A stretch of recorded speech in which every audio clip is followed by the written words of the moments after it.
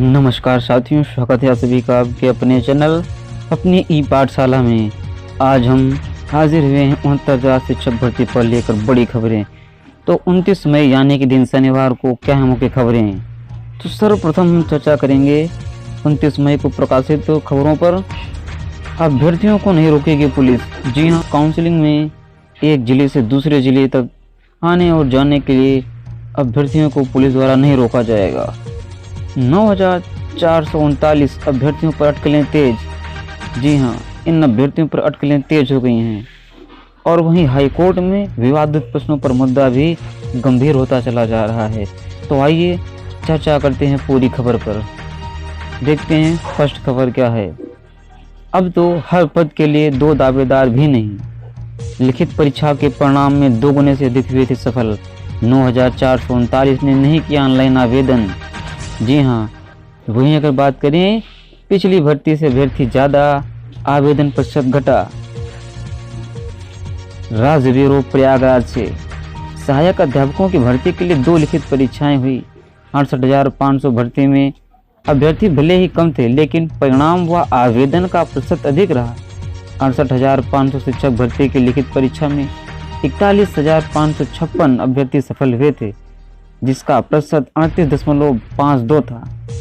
इनमें से 40,669 ने ऑनलाइन आवेदन किया था, इसका प्रतिशत 97.86 था और 887 ने किनारा कर लिया था। वहीं 69,000 शिक्षक भर्ती में 1,46,060 अभ्यर्थी सफल हुए, उसका प्रतिशत 35.66 था। इनमें से 1,36,621 ने ऑनलाइन आवेदन किया, इसका प्रतिशत 93.53 रहा, जबकि 9,439 ने आवेदन नहीं किया। जी हाँ, यहाँ पर प्रमुखता से आपको दिया गया है कि 9,439 अभ्यर्थियों पर अटकलें तेज। ये कैसे अभ्यर्थी हैं जिन लोगों ने फॉर्म नहीं भरा। चयन प्रक्रिया से बाहर होने वाले 9,439 अभ्यर्थियों पर अटकलें लग रही हैं कि आखिर वे शामिल क्यों नहीं हुए। कहा जा रहा है कि उनमें अधिकांश ऐसे अभ्यर्थी हैं जिन्होंने आवेदन में शैक्षिक अंक गलत भरे हैं। अंकों में बदलाव का अवसर नहीं मिला, इसलिए उन्होंने किनारा कर लिया। ऐसे ही पहले की भर्ती में चयनितों को काउंसलिंग से पहले NOC लाने का प्रावधान किया है। इसकी वजह से भी कई ने आवेदन नहीं किया। इसके अलावा वे अभ्यर्थी जो मामूली अंकों से परीक्षा उत्तीर्ण हुए हैं, उन्होंने मेरिट के मुकाबले से अपने को दूर कर लिया है।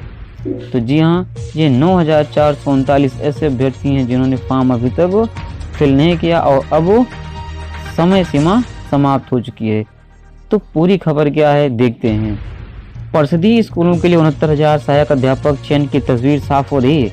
मेरिट के आधार पर नियुक्ति पाने के मुकाबले 9,439 अभ्यर्थियों ने किनारा कर लिया है।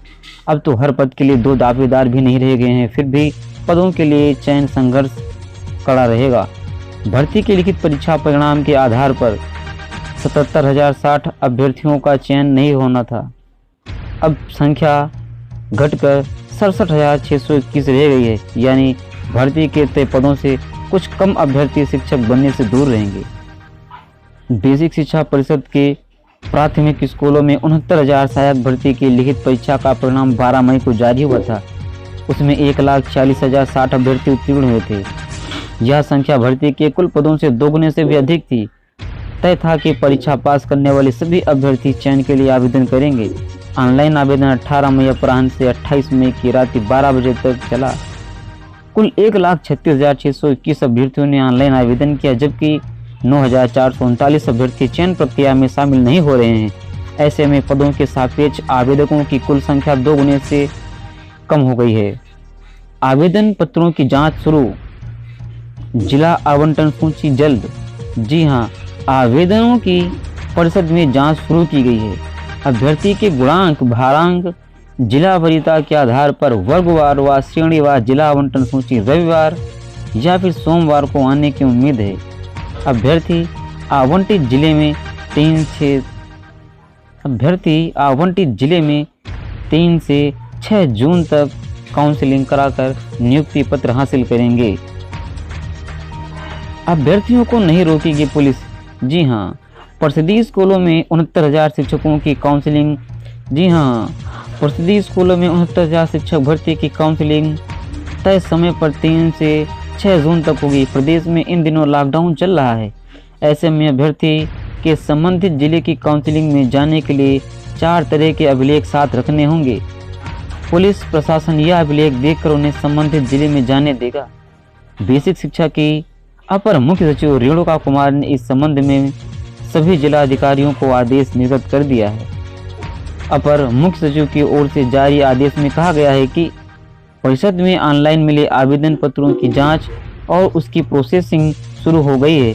जो अभ्यर्थी अर्ह मिलेंगे उनका जिला आवंटन किया जाएगा। संबंधित अभ्यर्थी को तय जिले में अनिवार्य रूप से जाकर 3 से 6 जून तक काउंसलिंग करानी होगी। चयनित अभ्यर्थियों की जिलावार सूची 31 मई तक बेसिक शिक्षा परिषद की वेबसाइट पर प्रकाशित की जाएगी। सचिव ने डीएम को लिखा है कि प्रदेश भर में इन दिनों लॉकडाउन चल रहा है, इसलिए पुलिस प्रशासन व अन्य संबंधित अफसरों को निर्देश दें कि भर्ती के अभिलेख होने पर चयनित अभ्यर्थियों को जिले की काउंसलिंग के लिए यात्रा करने से न रोका जाए। तो क्या क्या अभिलेख होने चाहिए आपके पास, इसके लिए भी यहाँ पे गाइडलाइन जारी की गई है। अभ्यर्थी को यह अभिलेख दिखाने होंगे। अपर मुख्य सचिव का निर्देश है कि चयनित अभ्यर्थी के पास अन्य वांछित अभिलेखों के साथ ही निम्न अभिलेख भी उपलब्ध रहें, जिसमें सबसे पहले हमें दिया है सहायक अध्यापक भर्ती परीक्षा का आवेदन पत्र। नंबर 2 पर सहायक अध्यापन चयन नियुक्ति के लिए भरा गया आवेदन पत्र। तीसरा, आवेदन पत्र में अंकित पहचान पत्र। और चौथा, आवंटित जिले की सूची का प्रथम पृष्ठ पर चयनित अभ्यर्थी का नाम अंकित हो। तो ये मुख्य खबर हैं जो दैनिक जागरण ने प्रयागराज से प्रकाशित की। इसके बाद हम बढ़ते हैं कुछ अन्य समाचार पत्रों में प्रकाशित खबरों पर। तो आइए देखते हैं हिंदुस्तान के द्वारा प्रयागराज से प्रकाशित की गई खबरों में। बेसिक शिक्षा विभाग की अपर मुख्य सचिव रेणुका कुमार का आदेश। दूसरे जिलों में जाने पर साथ रखें जरूरी अभिलेख। काउंसलिंग आवागमन के लिए निर्देश जारी। तो यहाँ पर हमें फिर से वही खबरें मिल रही हैं।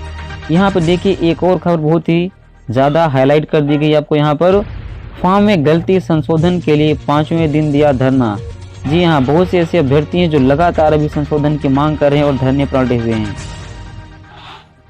69,000 शिक्षक भर्ती लिखित परीक्षा के फॉर्म में गलती के कारण चयन से बाहर हो रहे अभ्यर्थियों ने शुक्रवार को बेसिक शिक्षा परिषद कार्यालय के बाहर लगातार 5वें दिन धरना दिया। उनका कहना है कि मोबाइल नंबर संशोधन की तरह फॉर्म में हुई अन्य त्रुटियों को भी हलफनामा लेकर संशोधन का अवसर दिया जाए। बांदा की प्रियंका सिंह के 10वीं का पूर्णांक गलत हो गया है। बरेली की मीनू निराला की समस्या है कि उनका बीएड का पूर्णांक प्राप्तांक गलत बढ़ गया है। आजमगढ़ के सूरज का इंटर में प्राप्तांक 296 है, जो कि ऑनलाइन आवेदन करते वक्त त्रुटिवश 276 हो गया है। मिर्जापुर की पूजा कुमारी का इंटर में प्राप्तांक 427 है, जो त्रुटिवश 527 हो गया है। आगरा के नीरज कुमार के बीएड के पूर्णांक व प्राप्तांक त्रुटि हो गई हैं। इस प्रकार से कई ऐसे अभ्यर्थी हैं जिनका फॉर्म में कहीं ना कहीं त्रुटिवश आवेदन उनके लिए कर पाना मुश्किल था। हो सकता है इन लोगों ने आवेदन किया भी हो और ये भी हो सकता है आवेदन ना भी किया हो। इन अभ्यर्थियों ने सचिव बेसिक शिक्षा परिषद की समस्या के समाधान का अनुरोध किया है।